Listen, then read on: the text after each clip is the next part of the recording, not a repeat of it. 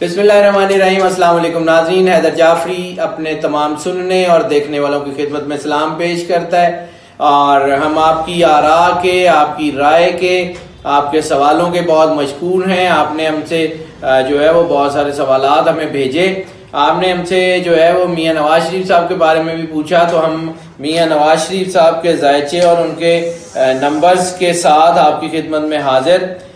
मियाँ मोहम्मद नवाज शरीफ 25 दिसंबर 1949 और इनकी वालदा साहिबा का नाम शमीम अख्तर और इनका पूरा नाम मियाँ मोहम्मद नवाज शरीफ। हमने इस पूरे जो है वो डाटा से इनका सारा जायचा जो है वो निकाला है। उसके बारे में जो इन्फॉर्मेशन है कि जो इस वक्त इनका जो टाइम स्लॉट्स हैं वो बहुत ज़्यादा नेगेटिव जा रही हैं। इस वक्त सिचुएशंस जो हैं वो बहुत नैरो हो चुकी हैं और ऐसी सिचुएशंस में एस्केप के चांसेस बहुत कम हुआ करते हैं। अगर मियाँ साहब के नंबर्स की तरफ देख लें तो गो इनका नाम मियाँ मोहम्मद नवाज शरीफ एक स्ट्रॉन्ग नेम है। इसके आदात जो हैं वो भी जैसे मैंने अर्ज किया था कि जहाँ ताकत होती है वहाँ पे 12 का सीक्वेंस नज़र आता है, तो इनके आदात में भी 12 का सीक्वेंस नज़र आता है। इनके नंबर भी जो हैं वो मियाँ मोहम्मद नवाज शरीफ के जो नंबर बनते हैं वो जो है वो 12 बनते हैं। अब अगर इनका सीक्वेंस अगर हम देखें, इनके नाम के आदात को जो देखें तो इसमें स्ट्रेंथ है, लेकिन इसमें 2 अरूज लिखे हुए हैं। तीसरा अरूज जो है वो इसमें बन नहीं रहा है। और दूसरी बात यह है कि इनकी वालदा साहिबा के आदात हैं। वालदा साहिबा के आदात इनके रूहानी है, उनके ऊपर अल्लाह का बड़ा करम है, लेकिन माँ की दुआ इनके साथ है। लेकिन अगर इन मियाँ नवाज शरीफ की जायचे को बड़े गौर से देखें तो एक चीज़ बड़ी अहम सामने आती है, वो ये है कि इनके ऊपर हमेशा जो लक्की जो चीज़ें इनको जो इनकी लक काम करती रही है हमेशा से, वो बेगम कुलसूम नवाज साहिबा की वजह से। यानी बेगम कुलसूम नवाज साहिबा जब कुलसूम भट्ट थी, यानी अप्रैल 1971 से पहले, अप्रैल 1971 में मियाँ नवाज शरीफ साहब के साथ शादी होने से पहले जो उनके आदात थे वो डिफरेंट थे। लेकिन जैसे ही वो कुलसूम नवाज हुई तो उनके आदात इतने ज़बरदस्त हो गए कि वो हमेशा से नवाज शरीफ साहब के लिए ढाल का काम करती रही। नवाज शरीफ साहब के ऊपर आने वाली आफतों को अगर हम देखें तो वो बड़ी ही जो है वो उनको अपने ऊपर लेती रही है। ख़ास तौर पे वो टाइम कि जब उन्होंने पार्टी को सहारा दिया था मियाँ साहब के पाकिस्तान से बाहर जाने के बाद, यानी 12 अक्टूबर 1999 से लेके 10 अक्टूबर 2002 तक जब बाकायदा तौर पे बेगम कुलसूम नवाज साहिबा जो थी वो पार्टी की जो है वो लीडरशिप संभाल रही थी, उस वक्त तो जो है वो चीज़ें बड़ी तेज़ी से जो है वो नवाज शरीफ के हक में बिल्ट होनी शुरू हुई और आने वाले वक्तों में, आने वाले सालों में वो एक नतीजे के तौर पे, एक अच्छी नतीजे के तौर पे सामने आई।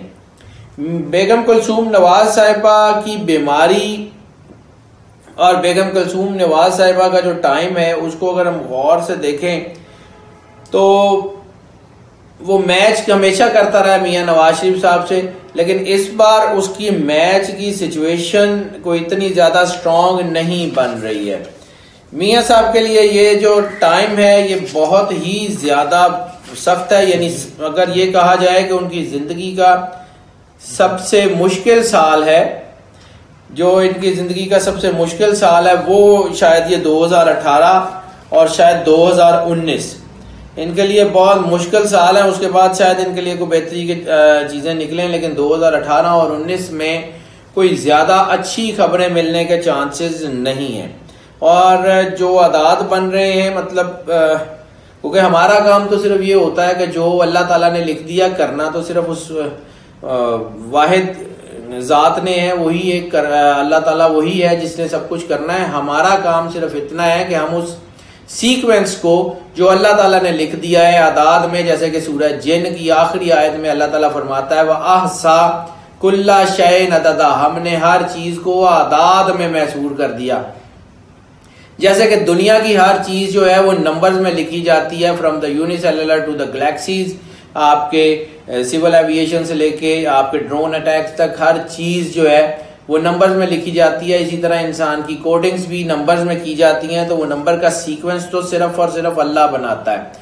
हमारा काम उस सीक्वेंस को पढ़ के उसके मुताबिक राय देना है, और हम उसके मुताबिक अपनी राय देते हैं। हमारी राय नाकिस हो सकती है, लेकिन अल्लाह का बनाया हुआ सीक्वेंस, अल्लाह का बनाया हुआ निज़ाम जो है वो इधर से उधर नहीं होता। हमें उस सीक्वेंस में पढ़ने में गलती हो सकती है, लेकिन अल्लाह ताला के बनाए हुए निज़ाम में कोई किसी किस्म की गलती या सुकम नहीं है।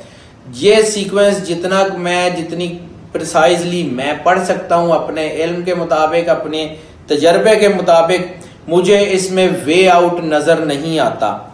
और मैं बड़े वाज़े लफ्जों में कह रहा हूँ कि मुझे आइंदा की सियासत में मियाँ साहब का कोई बड़ा रोल नजर नहीं आ रहा। मियाँ साहब का कोई बड़ा रोल नहीं नजर आ रहा। मेरा ख्याल है कि अगर यही सिचुएशन रही तो ये फरवरी के एंड में हो सकता है ये पार्टी, सदारत और ये बाकी सारी चीजें भी मियाँ साहब को छोड़नी पड़े, और बहुत सारा जो है अच्छा एक बड़ा डाउनफॉल जो है उनको देखना पड़े। बाकी ये है कि जहां तक जायचों की बात है, तो ये हमारी चूंकि किसी से वाबस्तगी नहीं है और ना हम वाबस्तगी की बुनियाद पे कोई जायचा बनाते हैं। अगर किसी के लिए अच्छा बनाते हैं या बुरा बनाते हैं, तो ये सिर्फ और सिर्फ सीक्वेंस में तफसील इसलिए बयान कर रहा हूँ कि कुछ क्वेश्चंस भी हमें आए थे, तो ये हम तो उस सीक्वेंस की बुनियाद पे बनाते हैं जो अल्लाह अज़्ज़ व जल ने लिख दिया है, जो हम उनके नंबर से, उनके आदात से, उस सीक्वेंस से, उस 50,000 साल पुरानी रिसर्च से इस्तेफादा करते हुए, उस इल्म जफर से, उस इल्म आदात से जो औलिया और अंबिया ने मुरतब किया है और अइम्मा कराम ने जो है मुरतब किया है, तो हम उससे इस्तेफादा करते हुए जो बातें कर रहे हैं। तो मियाँ साहब के लिए ये साल जिंदगी का सबसे मुश्किल साल साबित होने जा रहा है, और आने वाले वक्त में ख़ास तौर पे सितंबर तक इनकी मुश्किलात बढ़ेंगी, कम नहीं होंगी। सितंबर के बाद शायद ठीक होना शुरू हो जाए, और जुलाई में कुछ शायद एक आध कोई अच्छी खबर, कोई छोटी मोटी कोई अच्छी खबर, बड़ी हाई जंप नहीं मिल लगती। और ये चूंकि अगले 2-2.5 साल इसी सीक्वेंस में है, 2018 और 19 भी इसी के अंदर आ रहा है, तो ऐसी सूरत में जो है वो चीज़ें नैरो होंगी, चीज़ें बेहतर नहीं होंगी।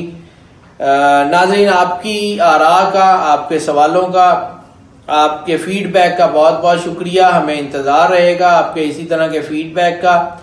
अल्लाह ताला आपको अपनी हिफाजत में रखे। हमारे चैनल का नाम और नंबर आप स्क्रीन पे देख रहे हैं। हमें ज़्यादा से ज़्यादा सब्सक्राइब करें और अपनी आरा से आगाह करें। हम आपके सवालों के और आपकी फीडबैक के मुंतज़िर रहेंगे। अल्लाह हाफ़िज़।